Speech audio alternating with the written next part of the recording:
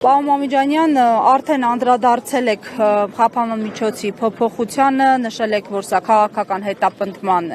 հետևանք է եւ ուղիղ առնչվում է իմպիչմենտի գործընթացին։ Ի վերջո, այս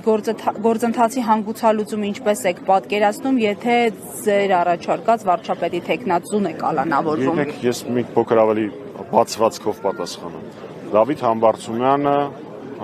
մի քանի անգամ ԿՊ-ին հաղթած երբևէ կռվից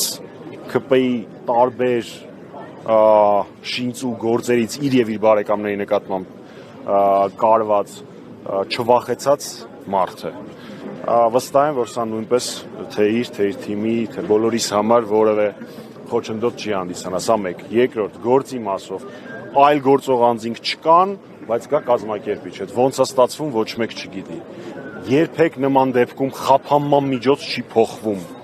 Այսինքն մարդը բողոքարկում է եւ այլն, սպասում է ազատության մեջ։ Այս պարագայում դա էլ խախտվեց։ Էլ չեմ ասում, որ եթե 3 ամիս պակաս լիներ վճիռը, ապա ինքը ընկնում էր համաներման տակ, ուշադրություն համաներումը չի նշանակում մեղքը ընդունել։ Հիմա այստեղ արդեն կասկած չի կարող լինել, որ սա քաղաքական հետապնդում է։ Ես վարկյան անգամ կասկած չունեմ Դավիթի տոկունության վրա, դա ապացուցվում է այն փաստով, որ ինքը աշխատանքային այցից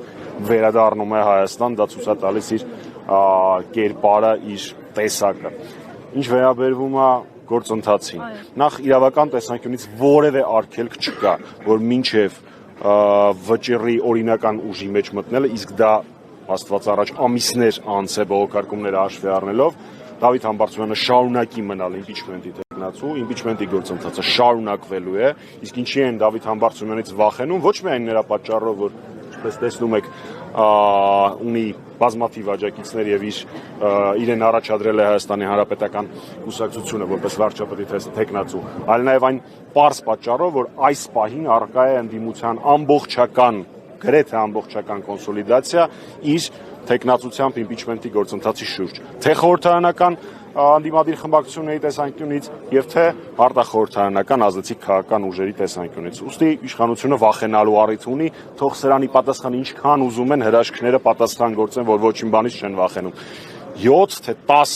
ավտոբուսները ոստիկանական լավ ցույց են տալիս, թե իրենք ինչքանով չեն վախենում։ Փողոցի գեներացիայի մասին էին խոսում ընդդիմադիր շրջանակները, նաեւ ձեր ուժը երբ սպասել։ Իսկ հիմա մենք որտեղ ենք։ Նկատի ունեմ հավաքներ իշխանապողության օրակարգով։ Հարցը հասկանում եմ, բայց ամեն դեպքում շուրջներս նայենք եւ հասկանանք, որ իշխանությունները լավ կանեն, ճիշտ կանեն, որ վախենան փողոցային պայքարից, այստեղ հավաքված մարդկանց քանակը, ովքեր պարոն Համբարձումյանի եւ ընդդիմադիր հայացքներ ունեցող մեր քաղաքացիների փոքր հատվածն են կազմում, դրա լավագույն ապացույցն է։